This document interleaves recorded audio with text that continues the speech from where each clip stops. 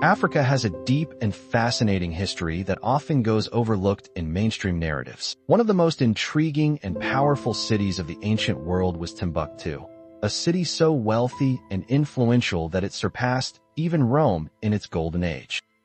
Located in present-day Mali, Timbuktu was a center of trade, learning, and culture that played a crucial role in shaping African and global history. Timbuktu was founded around the 11th century by the Tuareg, a nomadic Berber people who used it as a seasonal settlement. Its location near the Niger River made it a perfect spot for trade and commerce. Over time, it grew into a permanent city, attracting merchants, scholars, and travelers from across Africa, the Middle East, and Europe. Timbuktu's real rise to prominence came in the 14th and 15th centuries when it became part of the Mali Empire. Under the rule of Mansa Musa, one of the richest men in history, the city flourished beyond imagination. With access to vast gold mines, it became a hub of wealth and intellectual activity. At its peak, the Mali Empire, and Timbuktu specifically, controlled nearly half of the world's gold supply.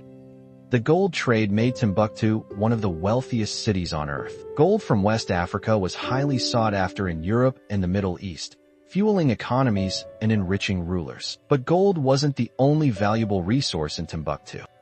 The city also controlled the lucrative salt trade. Caravans carried blocks of salt from the Sahara Desert to Timbuktu, where they were exchanged for gold, ivory, and other goods.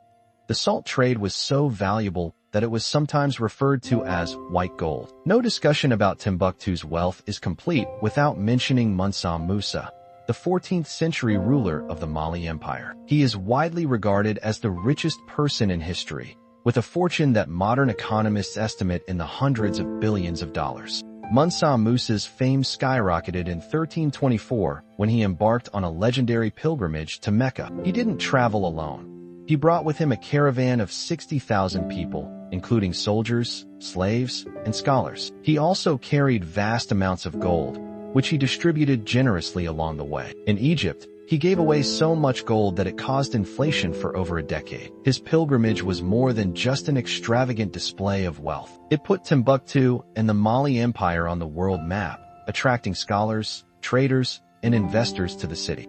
His return to Mali saw even greater investment in Timbuktu, including the construction of mosques, universities, and libraries that would make the city a global center of learning. Beyond its riches, Timbuktu became a city of knowledge. It was home to the famous Sankore University, which rivaled institutions like Oxford and Cambridge in its prime. Scholars from across the Islamic world came to study subjects like astronomy, medicine, law, and philosophy. Despite its immense wealth and influence, Timbuktu's golden age did not last forever. The city's decline began in the late 16th century due to a combination of internal struggles, foreign invasions, and shifts in global trade patterns. One of the biggest blows came in 1591 when the Moroccan army, armed with advanced firearms, invaded Timbuktu. The Mali Empire had weakened, and the Songhai Empire, which had taken control of Timbuktu, struggled to defend it. The Moroccans looted the city, destroyed libraries,